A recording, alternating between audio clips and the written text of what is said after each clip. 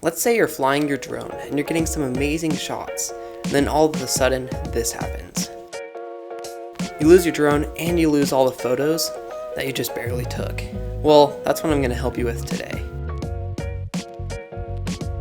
Now the first thing I bought was a range booster, and this was for my Mavic Mini 1 because it had very bad range. Now what you do is you put it over your antennas. It will direct your signal, so it will be just directed at wherever you're pointing. Now the good thing about this is that it will cut out signals that are blocking your range, or it will cut out a lot of city noise. Now the only downside with this is that it has to be directly pointed at the drone. Now if you move it off to the side, or if it's not pointed, then you're going to lose your signal because it's all directed at that one point. The next thing I do is to increase your transmitting power.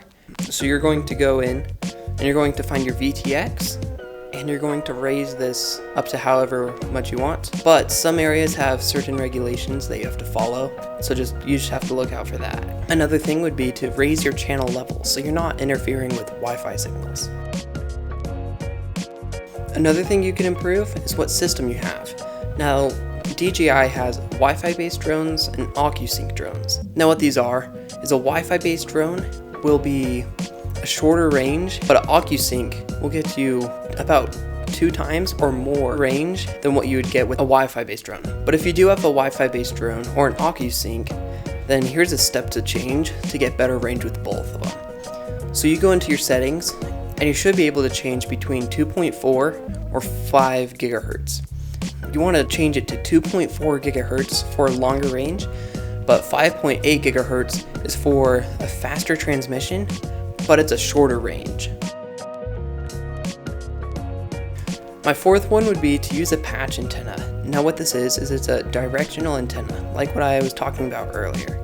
This is different. This is made for FPV. Now what this will do is it'll take your signal and it'll direct it. So you do have to keep your head at that direction. Look at where you're flying, because all these tips can work up to a certain point, but it's really based on your environment. Now if you're flying around and you're in the middle of nowhere and there's little trees and there's nothing blocking your signal, you're going to get amazing range. But let's say you go to the major city with just buildings blocking you, and you're going to have a ton of interference. Well, then you're going to get terrible range. So it just really depends on where you want to fly, and just look at where am I going to get the best range. I hope these tips help, and they can go along with a previous video I made on how to never lose a drone. With these two combined, you can get a lot more range, and if you do happen to lose your drone, then you can find it a lot more easily. I'm Zane Shaw, and keep flying.